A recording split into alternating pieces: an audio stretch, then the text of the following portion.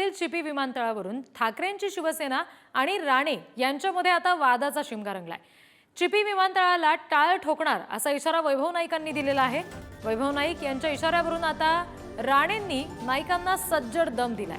चिपी विमानतळाला टाळ ठोकून दाखव असं आव्हान राणेंनी वैभव नाईक यांना दिलेलं आहे। तुझ्या घराला टाळ ठोकलं नाही तर राणे नाव सांगणार नाही असं म्हणत नारायण राणे यांनी ठाकरेंच्या शिवसेनेच्या वैभव नाईकांना इशारा दिलाय।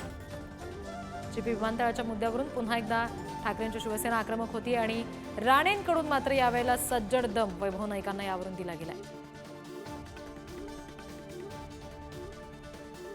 विमानतळाला टाळ ठोकणार असं वैभव नाईकांनी म्हटलं आणि टाळ ठोकून दाखव, तुझ्या घराला टाळ ठोकलं नाही तर राणे नाव सांगणार नाही असं त्यावर राणेंनी म्हटलेलं आहे।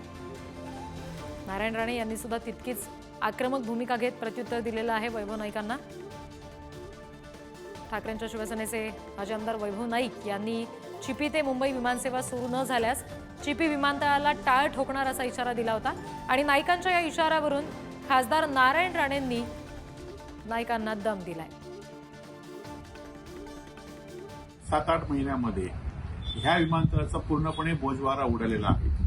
अनेक विमान ही अत्यंत वेळेत येत नाहीत, लोकांची गैरसोय होते आणि याच्यापुढे जाऊन आता हे विमानतळ बंद होण्याची स्थिती आहे। 2 दिवसातनं एक विमान आता सध्या सुरू आहे आणि सध्याच्या भाजपच्या नेत्यांनी, सत्ताधाऱ्यांनी, मंत्री महोदयांनी अनेकदा सांगितलं की विमानतळ सुरू होणार आहे। येणाऱ्या 15 दिवसामध्ये ही मुंबईची विमानतळ सुरू न झाल्यावर या विमानतळावर कुलूप लावण्याचा कार्यक्रम शिवसेनेच्या वतीने घेतला जाणार आहे आणि विमानतळाला कुलूप लावण्याचा कार्यक्रम जो महाराष्ट्रामध्ये कुठे नाही तो इथे या ठिकाणी करण्यासाठी आम्हाला भाग पडू नका एवढीच सत्ताधाऱ्यांना विनंती आहे। 5 मिनिटं शुद्ध मराठीच्या सभागृहात कधी बोलले का? 10 वर्ष होते आमदार म्हणजे मी टाळ मार विमानतळाला टाळ कधी जातो सांग रे मला। टाळ मारूनच जातो मी, आज सांगायला आलोय ते मारूनच जातो। नाही तुझ्या घराला जाऊन टाळ मारणार तर नारायणाने नाव सांगणार नाही, नाव सांगणार।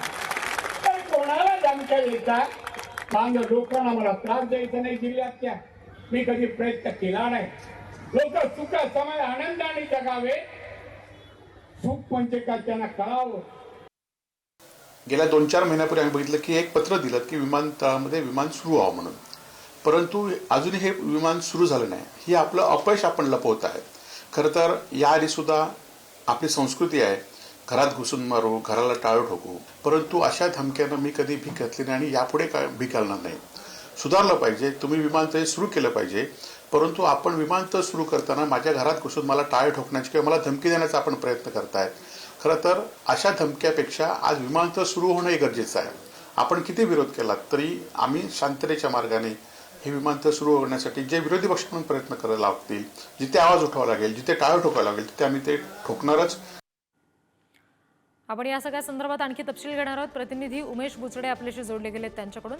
उमेश, काय नेमक्या अडचणी आहेत या विमानतळाच्या सेवेसंदर्भातल्या आणि मतदारसंघातल्या किंवा विमानतळ वापरू इच्छिणाऱ्या सगळ्या प्रवाशांचं नेमकं काय म्हणणं आहे याच्याबाबत?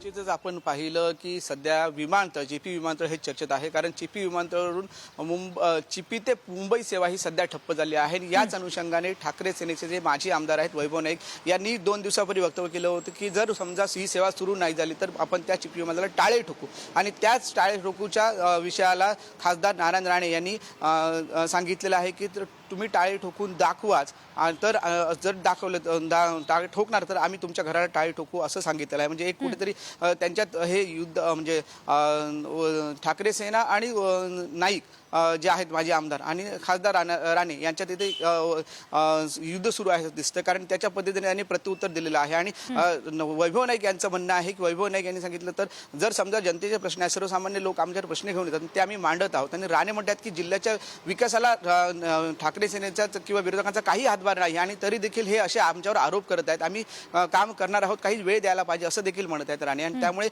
राणेंनी सीवर्ल्ड प्रकल्प चालू करतो सांगितलं, चिपी विमानतळ देखील होईल असं सांगितलेलं आहे। आणि कुठे ना कुठेतरी याच्यामध्ये चिपी विमानतळाचा जो मुद्दा आहे जो सर्वसामान्य नागरिकांचा महत्त्वाचा आहे, कारण विमानं सध्या उड्डाणं तिथे बंद आहेत आणि ती विमानं उड्डाणं होण्याची गरज आहे, त्याकडे लक्ष देणं गरजेचं आहे। त्यामुळे याच्यावर नेमकं काय पर्याय निघतोय, कधी सुरू होते हे पाहणं सुद्धा तितकंच महत्त्वाचं असेल।